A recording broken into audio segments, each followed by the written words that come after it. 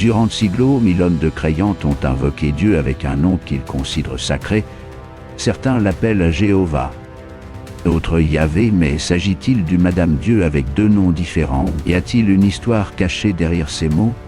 Comment le nom de l'être le plus vénéré au monde peut-il autant changer selon l'époque, la langue ou la tradition religieuse? Ce n'est pas seulement une question de traduction, c'est une porte ouverte sur l'histoire profonde de la Bible, de l'hébreu ancien et de l'évolution de la pensée religieuse. Ce qui est en jeu dépasse le simple mot. C'est l'identité du Dieu de l'Ancien Testament. Le nom révélé, Mose au milieu d'un buisson ardent. Pourquoi ce nom a-t-il disparu de la prononciation quotidienne? Qui l'a reconstruit des siècles plus tard? Et pourquoi Jéhovah est-il apparu dans les Bibles chrétiennes? Accompagnez-nous dans ce voyage travers les origines, les erreurs et les découvertes qui ont marqué la façon dont beaucoup appellent aujourd'hui Dieu dans leur religion. Au cœur de l'Ancien Testament apparaît un nom que les scribes hébreux considéraient si sacré et si puissant qu'il ne devait pas être prononcé voix haute. Aïpoplio H, cet ensemble de 4 consonnes, connu sous le nom de tétragramme, apparaît plus de 6000 fois dans les Écritures hébraïques. Ce n'est pas un titre générique comme Dieu ou Seigneur, c'est un nom propre, personnel, exclusif au Dieu d'Israël. Sa révélation marque un moment unique, lorsque Mose, devant un buisson qui... Il brûla sans se consumer, demandant le nom de ceux qui l'avaient envoyé, et la réponse fut énigmatique. Je suis qui je suis. Le tétragramme représentait une identité divine au-delà du temps, éternellement autosuffisante. Mais au fil des siècles, la crainte révérencieuse de ce nom poussa le peuple juif à éviter de le prononcer. Au lieu de cela, des siens adonnés, signifiant « Seigneur assis », initia une tradition de substitution qui allait changer. Pour toujours, comme les humains se réfèrent au Dieu biblique.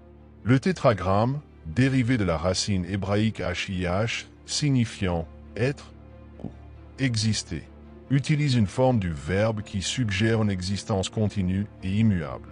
Le tétragramme serait alors une forme archaïque du verbe « être » que l'on pourrait traduire par « hélas que si ».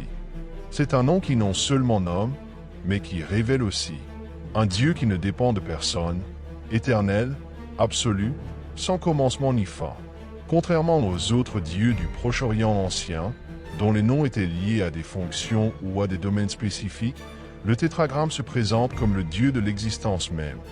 Il n'a besoin d'aucun qualificatif. Son nom est une affirmation métaphysique de cette profondeur linguistique et philosophique et reflète cette complexité de l'eau qui a rendu sa prononciation exacte difficile pendant des siècles. Sa traduction dans d'autres langues. Le judaïsme a évolué au rythme de son évolution. Sa relation avec le nom divin. L'époque du Second Temple, prononcer le tétragramme haute voix devint de plus en plus rare.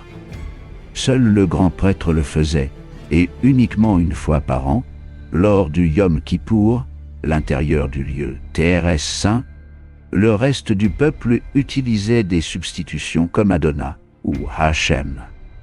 Ce qui signifie le nom, cette pratique ne résulta pas d'une interdiction explicite, mais d'un profond respect. Prononcer le nom de Dieu sans la pureté adéquate pouvait être considéré comme une profanation. Avec le temps, la prononciation originale du tétragramme se perdit, les scribes massortes, qui entre Lévi et Xème siècle après Jésus-Christ, fixent les voyelles du texte biblique. Placrent les voyelles d'Adonai sur les consonnes de Yaïchtebala, comme signe pour que le lecteur dise Adonai, au lieu d'essayer de lire le nom sacré. Sans le vouloir, cette convention donna naissance à une prononciation hybride qui, des siècles plus tard, prendrait forme avec un nouveau nom. Jéhovah, au moyen jeu, les érudits chrétiens qui copiaient et étudiaient l'Ancien Testament en hébreu se trouvent face à une combinaison particulière. Les consonnes Yeteboda et les voyelles d'Adonai, sans comprendre que ce mélange n'était qu'un guide de lecture pour éviter de prononcer le nom sacré. Certains le lurent littéralement. C'est ainsi qu'apparut la forme Jéhovah, qui fut plus tard latinisée en Jéhovah. Cette prononciation erronée comme à se répandre dans les milieux chrétiens. Notamment à partir du XIe siècle, bien que incorrect d'un point de vue linguistique, le nom Jéhovah a été adopté par des traducteurs influents. comme ceux qui ont élaboré la Bible Reina Valera au Xe siècle, une époque où, à cesse l'hébreu biblique était limité. Le nom Jéhovah offrait une manière concrète, bien que irrévérencieuse, de se référer au Dieu de l'Ancien Testament. Oui, ce qui est né comme une lecture erronée s'est consolidé comme l'un des noms les plus connus de Dieu dans la tradition chrétienne occidentale. Avec l'avancée de la linguistique et de l'archéologie biblique au XIXe siècle, les chercheurs ont commencé à étudier comment le tétragramme aurait pu être prononcé l'origine. En analysant des inscriptions anciennes, des textes ourites et la grammaire hébraïque ancienne, de nombreux experts ont conclu que la prononciation la plus probable était Yahvé. Cette forme s'accorde phonétiquement avec les schémas de l'hébreu ancien et est appuyée par des textes patristiques grecs. Elle apparaît transcrite comme Yab, bien qu'il n'y ait pas de certitude totale, car il n'existe ni enregistrement ni document avec les voyelles originales. Yahé est aujourd'hui considéré comme la forme la plus fidèle de l'hébreu originel. Pour cette raison, de nombreuses Bibles catholiques modernes, ainsi que des études académiques, la préfèrent Jéhovah. Cependant, son usage reste plus courant dans des contextes formels ou théologiques, tandis que Jéhovah persiste avec force dans la dévotion populaire et dans plusieurs dénominations protestantes. De nos jours, Yahé et Jéhovah coexistent dans le langage religieux, mais leur emploi varie, selon la tradition, dans le domaine académique, théologique et dans de nombreuses traductions modernes de la Bible, comme la Bible de Jérusalem ou la Bible latino-américaine, on préfère Yahvé pour sa plus grande fidélité linguistique. En revanche, Jéhovah reste ancré dans de nombreuses églises protestantes, notamment dans celles de tradition évangélique. Pentecôtiste et chez les témoins de Jéhovah, où le nom a une valeur doctrinale centrale.